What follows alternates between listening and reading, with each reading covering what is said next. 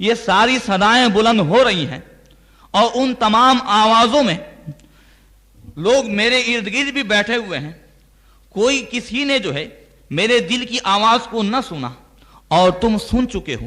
اگر تم اپنے اندر بھی یہ دل کی آواز پیدا کرنا چاہتے ہو، وہ اس مقام تک پہنچ چکا تھا کہ حضور مفتی اعظم ہند کی دل کی آواز سن رہا۔ فرماتے ہیں اگر تم اس مقام تک پہنچنا چاہتے ہو تو تم بھی پڑھ لو لا الہ الا اللہ محمد رسول اللہ، کلمہ پڑھ کر کے اسے مسلمان کیا۔ اب جب اس نے یہاں کان لگایا تو سرکار حضور مفتی اعظم ہند کے دل سے لا الہ الا اللہ کی صدائیں بلند ہو رہی تھی۔ اسی کو آپ نے ایک مرتبہ فرمایا تھا کہ اگر میرے دل کے دو ٹکڑے کیے جائیں تو ایک پر لا الہ الا اللہ لکھا ہوگا، دوسرے پر محمد رسول اللہ لکھا ہوگا۔ فرماتے ہیں خدا ایک پر ہو تو ایک پر محمد، اگر قلب کو اپنے دو پارا کروں میں۔ اگر جگر کے دو ٹکڑے کیے جائیں، دل کے دو ٹکڑے کیے جائیں تو فرماتے ہیں ایک پر اللہ لکھا ہوگا تو ایک پر محمد لکھا ہوگا۔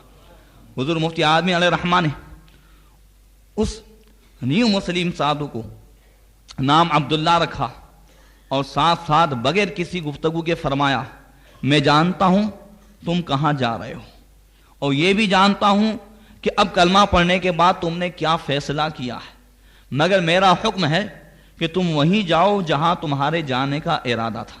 تم وہاں جاؤ اور اپنا کام نپٹا کر کے نینی تال پہنچ جانا، وہاں تمہاری جسمانی تربیت بھی کی جائے گی اور روحانی تربیت بھی کی جائے گی۔ پھر اس کے بعد وہ عبداللہ کہ جو کلمہ پڑھتے ہی ولایت کے مقام پر پہنچے، حضور مفتی اعظم ہند نے ہر حال ان کی جسمانی اور روحانی تربیت فرمائی، مگر دوبارہ پھر جسمانی ملاقات نہیں ہوئی، مگر حضور مفتی اعظم ہند برابر ان کی تربیت جسمانی اور روحانی کرتے رہے۔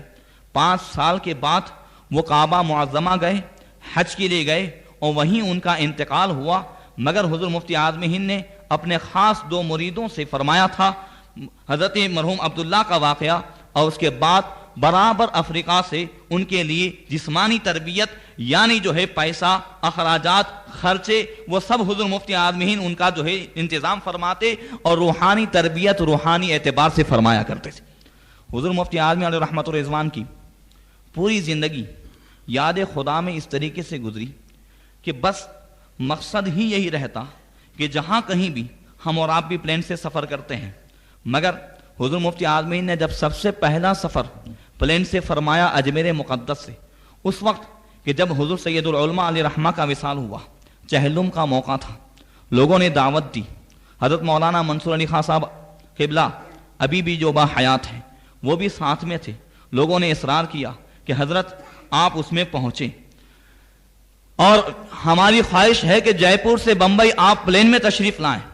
ساتھ ہی میں پاسبان ملت حضور علامہ مشتاق احمد نظامی اور دوسرے اور بھی مقررین تھے، ان کے بارے میں طے ہوا کہ یہ لوگ کار سے آئیں گے اور حضور مفتی اعظم ہند اور دوسرے حضرات پلین سے آئیں گے۔ سرکار حضور مفتی اعظم ہند علیہ رحمہ جب پلین سے تشریف لے گئے اور جب بمبئی اترنے کے بعد یہ پہلا آپ کا سفر تھا، آپ نے کہا کہ پلین کا سفر بڑا اچھا رہتا ہے، لوگ کار میں ساتھ میں تھے، لوگوں نے کہا حضرت بہت اچھا رہتا ہے، کسی نے کہا آپ نے کہا کیسے اچھا رہتا ہے، کسی نے کہا حضرت اس میں ٹائم کی بچت بہت ہوتی ہے، کسی نے کہا حضرت اس میں اور کوئی پریشانی نہیں ہوتی ہے، لوگوں کی بھیڑ بھاڑ نہیں ہوتی ہے۔ اس طرح لوگ پلین کے سفر کی سہولتیں اور آسانیاں بیان کر رہے تھے۔ سرکار حضور مفتی اعظم نے فرمایا کہ پلین کا سفر اس لیے اچھا رہتا ہے کہ اس میں نماز قضا نہیں ہوتی ہے۔ کیا فرمایا کہ وقت بچ جاتا ہے اور نماز قضا نہیں ہوتی ہے، یہاں بھی یہی جو ہے پیش نظر ہے۔ اور اسی کے ساتھ ساتھ جب حضور مفتی اعظم وہاں پہنچ گئے، اب ایک واقعے کے اندر کئی کرامتیں اور ہیں، وہ ساتھ بیان کر دوں، جب بات آ گئی ہے تو بتاؤں کہ حضور مفتی اعظم جب بمبئی پہنچے، 1 دن 2 دن 3 دن حضور پاسبان ملت علامہ مشتاق احمد نظامی اور ان کے ساتھی جو کار سے روانہ ہوئے تھے وہ نہیں آئے۔ مولانا منصور علی خان صاحب فرماتے ہیں جب میں حضور مفتی اعظم کے پاس جاتا تو آپ پہلا سوال کرتے مولانا مشتاق آ گئے؟ عرض کروں حضور نہیں آئے ہیں۔ ایک مرتبہ حضور مفتی اعظم جب 4-5 روز ہو گئے، لوگوں کو تعویذات دے رہے تھے، کسی کی ضرورتیں پوری کر رہے ہیں، کسی کے جو ہے مسئلے کا جواب دے رہے ہیں، کہ اچانک سارے تعویذات آپ نے سمیٹے اور فرمایا مولانا مشتاق نہیں آئے، چلو سب مل کر کے دعا کریں اللہ ان کو اور ان کے ساتھیوں کو خیریت سے لے آئے۔ پھر دیر تک آپ دعا کرتے رہے اور دعا کے بعد پھر تعویذات دینا شروع کیا۔ لوگوں کو بہت بڑی تشویش ہوئی کہ حضرت تعویذ دے رہے تھے، حضرت مولانا مشتاق احمد نظامی کا کوئی تذکرہ بھی نہیں، کسی نے یاد بھی نہیں کیا، اچانک سب کچھ سمیٹ کر کے آپ دعا میں مشغول ہو گئے۔ پھر 3-4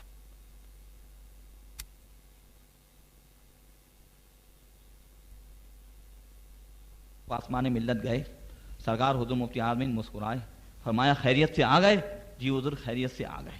کہا میں نے غوث پاک کی بارگاہ میں منت مانی تھی، یہ 11 روپے ہیں، اللہ تعالیٰ آپ کو خیریت سے پہنچا دیں تو جو ہے نیاز دلائی جائے۔ 11 روپے اور آپ کے مریدوں نے کچھ اور ملائے، نیاز بھی دلائی گئی۔ اب لوگ پریشان ہیں کہ اس وقت جو آپ نے دعا کی تھی معاملہ کیا ہے؟ اس کے بعد جب حضور پاسبان ملت نکلے تو لوگوں نے پوچھا حضرت معاملہ کیا ہے، اتنی دیری آپ کو کیوں ہوئی، کئی دن آپ رک گئے؟ کہا ہم لوگ کار سے چلے اور جب ایک پہاڑی علاقہ آیا، پہاڑ کا راستہ تھا، اچانک ڈرائیور سے چک ہو گئی اور ہم لوگ اس پہاڑ سے بالکل نیچے آ رہے تھے کہ کیا دیکھا کہ اچانک کسی کے ہاتھ نے ہماری کار کو روک دیا ہے۔ کہہ دو سبحان اللہ۔ کہا حضرت وہ کون سا دن تھا، وہ کون سا وقت تھا؟ کہا یہ فلاں تاریخ تھی اور یہ فلاں وقت تھا۔ جب لوگوں نے ملا لایا تو وہ وہی وقت تھا جب حضور مفتی اعظم ہند دعا فرمانے کے لیے تشریف۔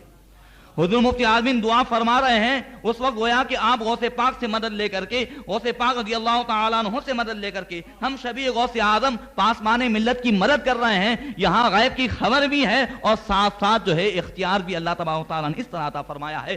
جب مصطفیٰ رضا کے غیب کا عالم اور ان کے اختیار کا عالم یہ ہے تو مدینے کے مصطفیٰ صلی اللہ تعالیٰ علیہ وسلم کے علم غیب اور ان کے اختیار کا عالم کیا ہوگا؟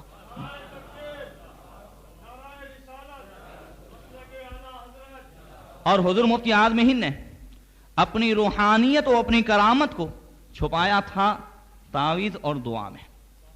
خود فرماتے ہیں سرکار حضور مفتی اعظم ہند کہ کچھ اللہ والے اپنی کرامت کو دوا اور تعویذ میں چھپا لیتے ہیں، اور پھر بعد میں سرکار حضور مفتی اعظم ہند نے حضرت سیدنا حمزہ رضی اللہ تعالیٰ عنہ سلسلے عالیہ قادریہ برکاتیہ ماہرہ مقدسہ کے چشم و چراغ سیدنا حمزہ ماریروی رضی اللہ تعالیٰ عنہ کا واقعہ بیان فرمایا کہ ایک صاحب ان کے پاس آئے، بڑی مدتوں سے بیمار تھے، ڈاکٹروں اور طبیبوں نے لا علاج قرار دیا، کتنی دوائیں کرائیں مگر کوئی دوا کارگر نہیں تھی۔ مگر جب حضرت حمزہ کے پاس آئے انہوں نے ایک ہلکی سی دوائی دی اور کہا جاؤ اس کا استعمال کرو۔ اب جب اس دوائی کا استعمال کیا فوراً شفا پا گئے، اچھے ہو گئے۔ حضور مفتی اعظم فرماتے ہیں کہ اصل دوائی کا معاملہ نہیں تھا، یہ حضرت کی کرامت تھی۔ ایسے ہی سرکار حضور مفتی اعظم رحمت اللہ تعالی علیہ نے اپنی روحانیت اور کرامت کو تعویذ میں چھپایا تھا۔ حضور مفتی اعظم کی زندگی کا اکثر حصہ خدمت خلق میں گزرا، لوگ طرح طرح کے مسئلے لاتے، بڑے بڑے پیچیدہ لوگ آپ کے پاس آتے، ایک سے ایک بیمار آتے، ایک سے ایک عاصب زدہ آتے، اور کچھ تو ایسے کہ عقل بھی اس وقت قبول کرنے کے لیے تیار نہ ہوتی کہ ایسے لوگ بھی شفا پا سکتے ہیں۔ حضور مفتی اعظم 1977 کا ایک واقعہ ہے، مسجد رضا میں تھے، ایک عورت آئی اور آ کر کے ایک لڑکے کو ڈال دیا مسجد میں۔ وہ لڑکا جو ہاتھ پاؤں سے بالکل مفلوج تھا، ہاتھ بھی سکڑے ہوئے، پیر بھی سکڑا ہوا، عقل سے بھی وہ کورا تھا اور بالکل آنکھ سے بھی اندھا، ایسا لڑکا کہ جسمانی کوئی جو ہے اس میں خصوصیت نہیں تھی، وہ لا دیا گیا اور عورت باہر رو رہی ہے۔ حضور مفتی اعظم فرماتے ہیں اٹھ اٹھ، مگر وہ اٹھتا نہیں ہے، بار فرماتے اٹھ جا اپنی ماں کے پاس، مگر اٹھتا نہیں ہے۔ اب سرکار حضور مفتی اعظم خود تشریف لے آئے، اٹھے اور اٹھ کر کے ایک تماچا مارا۔ جب اسے ایک تماچا مارا، اب دوسری نظر لوگوں نے کیا دیکھا کہ بچہ جو بالکل لنگڑا تھا، ہاتھ پاؤں اس طریقے سے تھے، دیکھ نہیں پاتا تھا، وہ اٹھتے ہوئے دوڑتے ہوئے اپنی ماں کے گود میں جا کر کے بیٹھتا نظر آ رہا۔ کوئی نہیں کہہ سکتا تھا کہ اسے نہ آپریشن کی ضرورت ہے، آج کے ڈاکٹر کے پاس اگر لے جایا جائے تو نہ معلوم کتنے آپریشن وہ کرتا، مگر یہاں آنکھ کی بینائی بھی ہے اور ہاتھ اور پیر کی سلامتی ہے۔ یہ تمام تر حضور مفتی اعظم ہند نے صرف اپنے لفظ سے ایک اٹھ نہیں بلکہ تماچے ہی میں ساری کرامتیں جو ہیں وہ رکھی ہیں۔ وہ حضور مفتی اعظم ہند ہیں کہ حضرت مولانا ڈاکٹر عاصم صاحب فرماتے ہیں کہ میرے ایک ماموں تھے، انہیں برسوں سے جنات نے پریشان کیا۔ ایک جنات کا نام نور العین تھا، دوسرے کا نام شمس الدحا، تیسرے کا نام بدر الدجا، اتنے اونچے اونچے نام مگر اتنے خطرناک، ایک سے ایک علاج کرائے گئے۔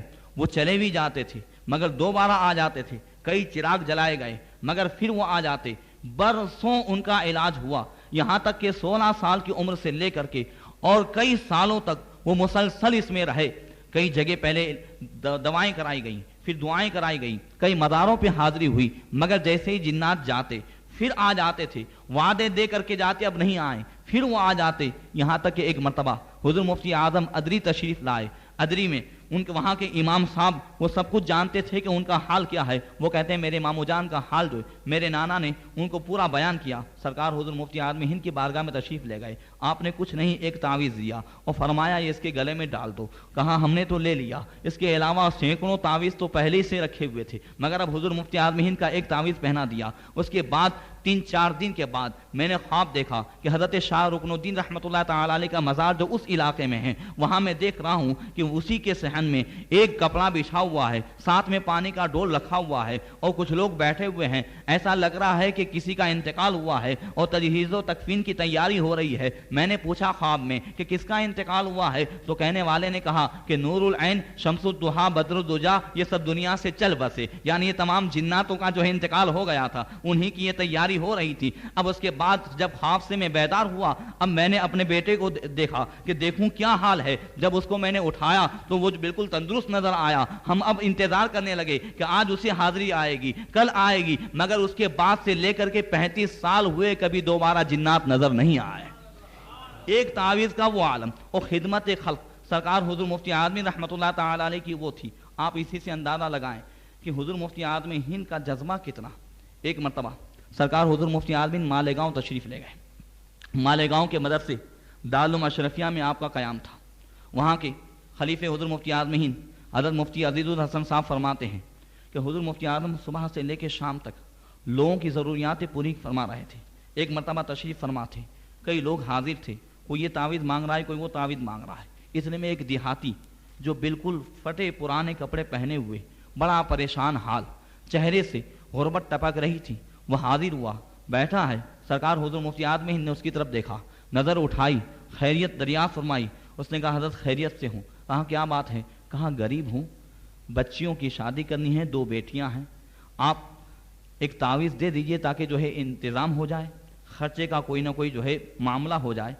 سرکار حضور محمد نے اچھا غریب ہو، میں تمہیں ضرور تعویذ دوں گا۔ کہہ دو سبحان اللہ، غریب ہو میں تمہیں ضرور تعویذ دوں گا، یہ کہہ کر کے پھر آپ مشغول ہو گئے۔ اس کے بعد اور لوگوں کو تعویذ دیا۔ کچھ دیر کے بعد سرکار حضور مفتی اعظم ہند نے پھر اپنا چہرہ اٹھایا اور دیکھا ادھر سے ادھر، کہیں وہ آدمی نظر نہیں آیا جو دیہات سے آیا تھا۔ یہاں تک کہ آپ نے پوچھا کہ وہ غریب آدمی آیا تھا کہاں گیا؟ لوگوں نے کہا حضرت معلوم نہیں۔ کہا اسے تلاش کرو، میں اسے تعویذ دوں گا۔ اب اسے تلاشا گیا، چونکہ دیہات کا تھا، وہاں کا رہنے والا نہیں تھا۔ لوگوں نے چائے کی دکان میں، پان کی دکان میں، اس ہوٹل میں، ادھر ادھر تلاش کیا، نظر نہیں آیا۔ سرکار حضور مفتی اعظم بار بار فرماتے ہیں کہ وہ غریب ہے، میں اسے تعویذ دوں گا، وہ غریب ہے، میں اسے تعویذ دوں گا، اسے جلدی تلاش کرو۔ مگر جو ہے لوگ پریشان ہیں، یہاں تک کہ آپ کو جہاں تشریف لے جانا تھا مالیگاؤں کے قصبے میں، وہ لوگ گاڑی لے کر کے کب سے حاضر ہیں، عرض کرتے ہیں حضور وقت ہو گیا ہے لہذا آپ تشریف لے چلیں۔ فرماتے نہیں وہ غریب ہے، میں اسے تعویذ دوں گا، اسے تلاش کرو، اسے تلاش کرو۔ بار بار اصرار فرما رہے ہیں، یہاں تک کہ لوگوں نے، چونکہ وہ وہاں کا تھا نہیں اس لیے لوگ پہچانتے نہیں تھے، اگر وہاں کا ہوتا تو گھر جا کر کے بلا لاتے، اب پریشان تھے۔ یہاں تک کہ لوگوں نے جب اصرار کیا، آپ گاڑی میں بیٹھے۔ گاڑی میں بیٹھنے کے بعد مالیگاؤں کے اس قصبے میں جہاں جانا تھا وہاں تشریف لے گئے۔ مفتی عزیز الحسن صاحب فرماتے ہیں 1.5 گھنٹے کے بعد ہم نے دیکھا کہ پھر مدرسے کی طرف وہی گاڑی آ رہی ہے۔ اسی گاڑی سے سرکار حضور مفتی اعظم اترے اور اترتے ہی فرماتے ہیں وہ غریب ہے، اسے تلاش کرو، میں تعویذ دوں گا، وہ غریب ہے، اسے تلاش کرو، میں تعویذ دوں گا۔ اب جو ہے ہم لوگ پریشان، پھر آپ اسی مسند پر آ کر بیٹھ گئے اور بار بار یہی جملہ فرماتے ہیں اسے تلاش کرو، میں تعویذ دوں گا۔ اب تھوڑی دیر کے بعد وہ دیہاتی پھر سامنے آیا۔ ہم لوگ نے کہا کہ حضرت تیری وجہ سے پریشان ہیں، کہاں چلا گیا تھا؟ اب سامنے آیا تو سرکار حضور مفتی اعظم دیکھ کر کے غصاتے نہیں ہیں کہ میرا اتنا کام تو نے روک دیا، بلکہ دیکھ کر کے مسکرائے، آہستہ سے فرمایا کہاں چلے گئے تھے؟ کہا حضرت دیہات کا ہوں اور کام آ گیا تھا، چونکہ دیر لگ گئی تو گھر پہ چلا گیا۔ کہا کوئی بات نہیں۔ تعویذ دی اور تعویذ دینے کے بعد فرمایا اللہ تعالیٰ جو ہے تمام انتظام فرمائے گا۔ اس کے بعد جب ہم نے مالیگاؤں لے جانے والے، اس قصبے میں لے جانے والے لوگوں سے پوچھا کہ حضور مفتی اعظم وہاں سے واپس تشریف لائے، معاملہ کیا ہے؟ کہا حضرت وہاں تشریف لائے، بیٹھے، ہم نے ناشتہ رکھا، ہاتھ نہیں لگایا. ہم نے کہا حضرت چائے پیجیے، ہاتھ نہیں لگایا. کہا وہ غریب ہے اسے میں تعویذ دوں گا، وہ غریب ہے اسے میں تعویذ دوں گا. یہاں تک کہ آپ ویسے ہی واپس بے قراری کے عالم میں تشریف لائے اور پھر آ کر کے اسے تعویذ دیا، تب جا کر کے حضرت مفتی اعظم رحمۃ اللہ تعالی علیہ کو سکون ہوا. یہ ہے خدمت خلق. اللہ کے رسول فرماتے ہیں واللہ فی عون العبد ما کان العبد لعون اخیہ، کہ جب تک بندہ بندے کی خدمت میں لگا رہتا ہے اللہ تبارک و تعالی اس کے تمام کام پورے فرما دیتا ہے. اور اللہ کے رسول فرماتے ہیں کہ جو کوئی بندہ کسی بندے کی دنیاوی پریشانی کو دور فرما دے، دنیاوی مصیبت کو دور کر دے، اللہ تبارک و تعالیٰ جو ہے قیامت کے دن اس کی مصیبت کو دور فرمائے گا. حضور مفتی اعظم ہند تو وہ ہیں کہ جو دنیا اور آخرت کی ہماری مصیبتوں کو دور کر دے. پروردگار سرکار حضور مفتی اعظم ہند کے صدقے میں ہماری دین و دنیا کی جو ہے تمام تر مصائب و آلام سے ہمیں نجات عطا فرمائے، دین و دنیا کی بھلائیاں عطا فرمائے. اور پروردگار سرکار حضور مفتی اعظم ان کے صدقے میں مرحوم و مغفور حاجی صالح محمد کی مغفرت فرمائے، ان کی قبر پر انوار و تجلیات کی بارش کا نزول فرمائے. صلاۃ و سلام پیش کریں. مصطفیٰ جان رحمت پہ لاکھوں سلام، شموع بز میں ہدایت پہ لاکھوں سلام. مصطفیٰ جان رحمت پہ لاکھوں سلام، شموع بز میں ہدایت پہ لاکھوں. ہم غریبوں کی آقا پہ بے حد درود، ہم فقیروں کی ثروت پہ لاکھوں سلام. مصطفیٰ جانے پہ لاکھوں سلام، شموع بز میں ہدایت. غوث اعظم امام التقا والنقا، جلوہ شان قدرت پہ لاکھوں سلام. مصطفیٰ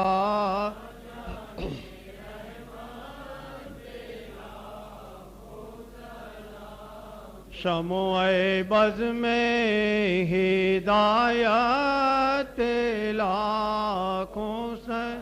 کاش محشر میں جب ان کی آمد ہو اور بھیجے سب ان کی شوقت پہ لاکھوں سلام. مجھ سے خدمت کہ قدسی کا ہے ہاں رضا. مصطفیٰ جانے رحمت پہ لاکھوں سلام. ڈال دی قلب میں عظمت مصطفیٰ، سیدی اعلی حضرت،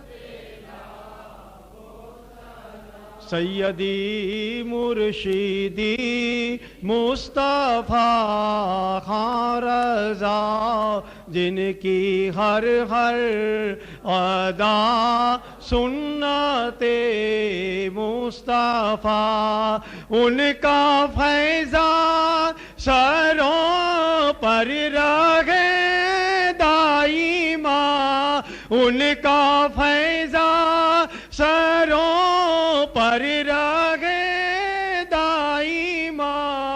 ایسے پیرے طریقات پہ لاکھوں سلام. مصطفیٰ جانے رحمت پہ لاکھوں سلام. شموع بز میں ہدایت پہ